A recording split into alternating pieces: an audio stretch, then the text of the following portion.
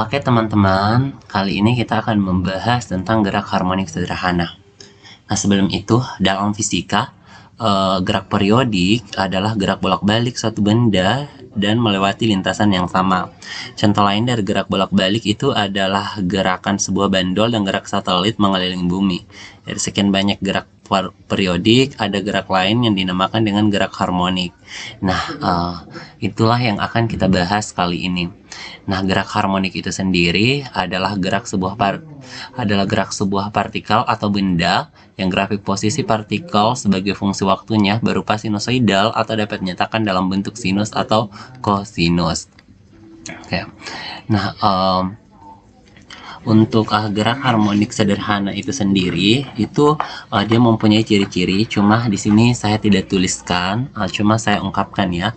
Jadi untuk gerak harmonik sederhana itu punya ciri-ciri. Yang pertama, gerakannya itu periodik atau bolak-balik, kemudian gerakannya selalu melewati posisi keseimbangan, dan yang ketiga, besar percepatan atau gaya yang bekerja pada benda itu sebanding dengan posisi atau simpangan benda, dan yang keempat, arah percepatan atau gaya yang bekerja pada benda selalu mengarah ke posisi setimbangnya. Oke, kakak akan ingatkan kembali lagi mengenai istilah-istilah pada gerak harmonik sederhana. Jadi ada yang disebut dengan periode. Nah, periode itu waktu yang dibutuhkan untuk melakukan satu getaran. Kemudian frekuensi itu banyaknya getaran tiap detik, dan amplitudo itu adalah simpangan terjauh. Ini kita sudah bahas sebenarnya di video sebelumnya. Oke, langsung saja kita masuk ke persamaan simpangan untuk gerak harmonik sederhana.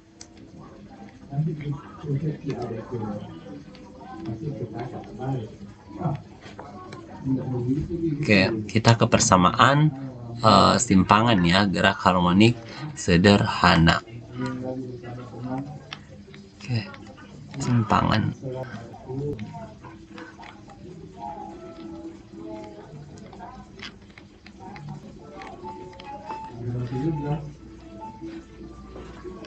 Oke, persamaan simpangan untuk gerak harmonik sederhana itu adalah Y itu sama dengan A sin omega T ditambah dengan theta 0, dengan theta 0 itu adalah sudut fase awalnya. Oke, jadi theta 0 ini itu sudut fase awalnya. Kemudian A ini adalah amplitudo atau simpangan maksimum.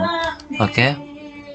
Nah, selanjutnya karena biasanya nilai dari sudut maksimumnya sudut fase awalnya itu 0, jadi biasa persamaannya ini biasa dituliskan gini, Y sama dengan A sin omega T saja, karena theta 0-nya itu bernilai 0 ya. Nah, selanjutnya kecepatan gerak harmonik sederhana ya. Jadi kalau yang ini simpangan, sekarang kita akan bahas tentang kecepatan. Oke, kecepatan gitarnya ya. Kecepatan gerak harmonik sederhana atau V. Nah, kita kan udah pelajari nih bahwa persamaan dari V itu adalah turunan dari posisi, turunan dari posisi terhadap waktu.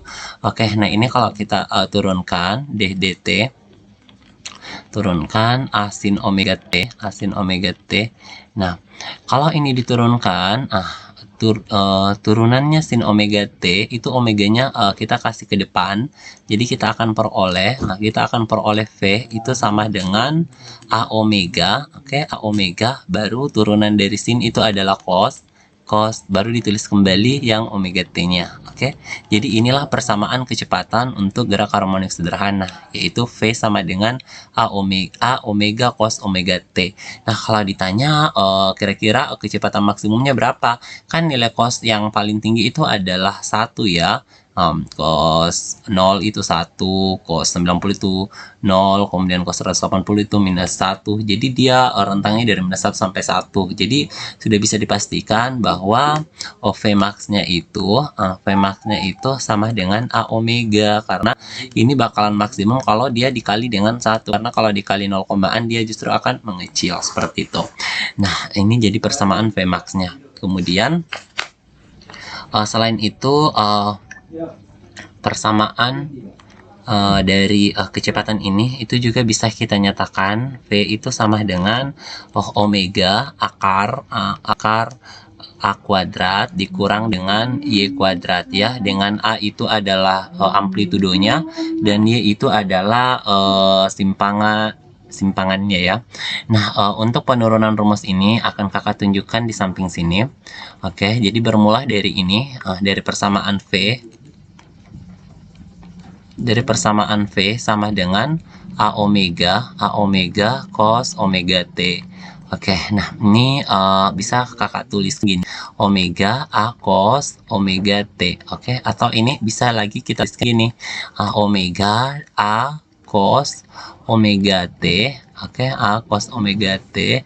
Ini kita pangkat duain. Ini dipangkat duakan, baru diakarkan. Kan sama ya. Nah, terus di trigonometri udah belajar. Di trigonometri kamu sudah belajar bahwa cos kuadrat theta ditambah dengan sin kuadrat theta itu sama dengan 1 ya. Jadi kalau cos kuadrat theta itu sama dengan 1 dikurang sin kuadrat theta. Kakak tulis kembali, cos kuadrat theta itu 1 dikurang dengan sin kuadrat theta. Nah, berarti ini cos kuadrat omega T bisa diganti dong dengan 1 dikurang sin kuadrat theta. Oke, cocok sekali. Jadi ini bisa ditulis gini, omega dalam kurung A kuadrat dalam kurung 1 dikurang dengan sin kuadrat omega T. Seperti ini. Oke, nah ini kemudian kita tulis gini, omega, kemudian A-nya kalau dikali masuk dapat A kuadrat. Jadi A kuadrat dikurang dengan A kuadrat sin kuadrat omega T. Oke, sin kuadrat omega T. Nah, kemudian ini juga bisa kita tuliskan gini, omega kemudian A kuadrat dikurang dengan A sin omega T, A sin omega T dipangkat duakan. Nah, A sin omega T itu kan tak lain adalah persamaan simpangan ya. Jadi tuliskan menjadi V sama dengan omega akar A kuadrat dikurang dengan Y kuadrat. Jadi seperti ini pembuktiannya. Jadi silahkan dicatat bagi yang mau mencatat. Nah, karena kakak akan hapus ini. Oke. Ya, yang mau mencatat tadi di pause aja ya videonya. Oke, selanjutnya kita ke persamaan percepatan. Oke, kita ke persamaan percepatan gerak harmonik sederhana.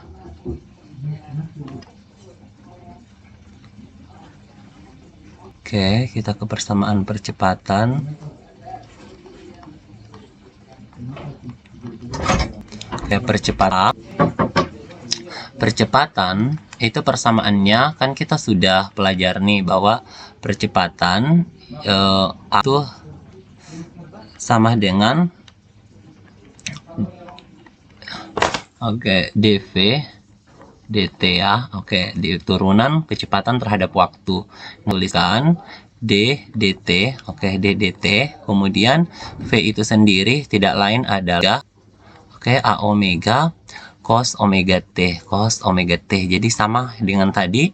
Kalau ini diturunkan terhadap t, maka ini omeganya lari ke depan, maka kita itu a omega kuadrat. A omega kuadrat, turunan dari cos itu adalah minus sin, baru ditulis kembali omega t. Nah, atau ini tulisan asal dengan minus omega kuadrat, minus omega kuadrat A sin omega T. Nah, adik-adik, A sin omega T itu sama dengan Y, Kak. Tulis A itu sama dengan minus omega kuadrat Y. Seperti ini. Nah, kemudian kalau ditanya berapa kira-kira nilai dari percepatan maksimumnya ya, kan nilai sin terbesar itu 1 ya, jadi dia bakal yang kakak kotakin. Jadi A max-nya itu, percepatan maksimumnya itu percepatan maksimumnya itu adalah minus omega kuadrat A. Seperti itu. Adik-adik, sekarang kita masuk ke bagian fase. Kita ke bagian fase.